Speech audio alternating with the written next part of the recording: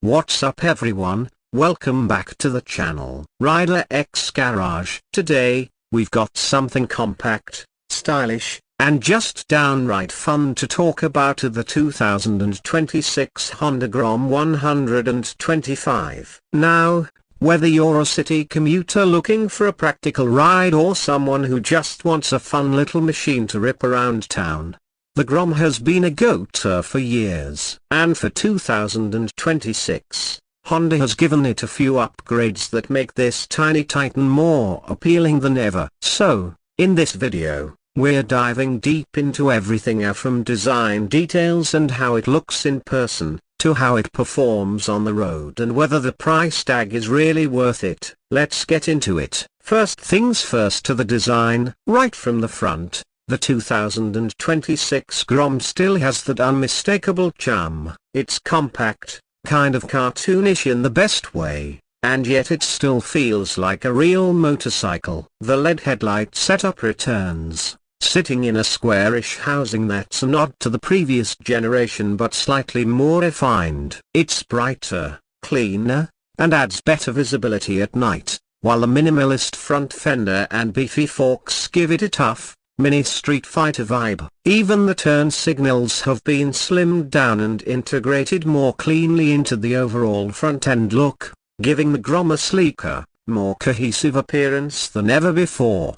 Moving to the side profile, you can really appreciate how compact this bike is. It's low, lightweight, and honestly, it just makes you want to hop on and ride. The exposed frame elements and clean-cut panels give it a modular, slightly industrial look that's modern but still fun. One of the coolest updates for 2026 is the new color palette. There are bold, vibrant options like atomic lime green and gunmetal matte gray that make the Grom stand out without trying too hard. You'll also notice Honda's subtle branding is more refined this year, with embossed logos and cleaner panel lines that make the bike look a bit more premium. Despite its entry-level price, the seat height remains approachable at just around 30 inches, and it still has that super flat, comfortable saddle that makes it friendly for all rider sizes.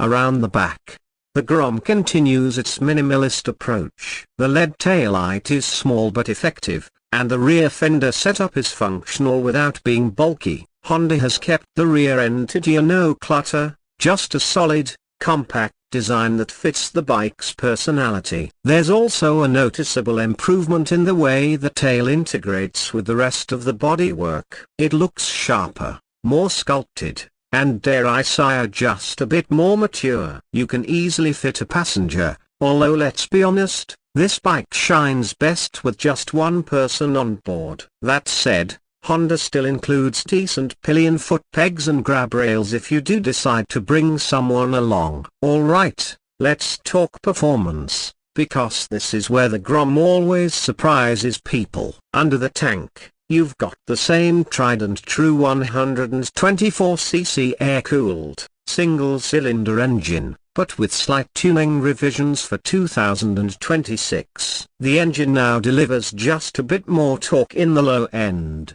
making city starts and quick takeoffs feel more responsive. It's still not fast, and that's part of the charm, but it gets up to 55 to 60 miles per hour with relative ease and holds its speed well on flat roads. Where the Grom shines is maneuverability. This thing weighs just over 225 pounds, which means you can flick it around city streets, carve through traffic, and park it just about anywhere. Whether you're lane splitting or just goofing off in a parking lot, the Grom makes every ride feel like a good time. The 5-speed transmission that Honda introduced in the last redesign is back, and it's smooth and precise. Shifting feels snappy, and with the Grom's light clutch, even beginners will feel at home quickly. Suspension is basic: a telescopic forks in the front and a single shock in the rear, but for urban environments and casual riding,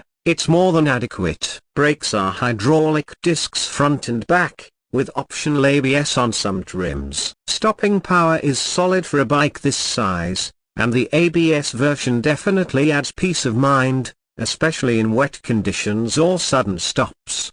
Fuel efficiency is, as always, a massive selling point. You're looking at around 150 to 160 miles per gallon, which is kind of insane by today's standards. That means you can fill up the tiny 1.6-gallon tank and still get over 200 miles of range. Maintenance costs are minimal, parts are cheap, and the engine is practically bulletproof if you keep up with basic care. This bike is perfect for students, urban commuters, or just anyone who wants to save on fuel and have a blast doing it. So how much is all this fun going to cost? For 2026, the Honda Grom 125 starts at around $3,699 in the US for the base model. If you want ABS, you're looking at a bump of about $200.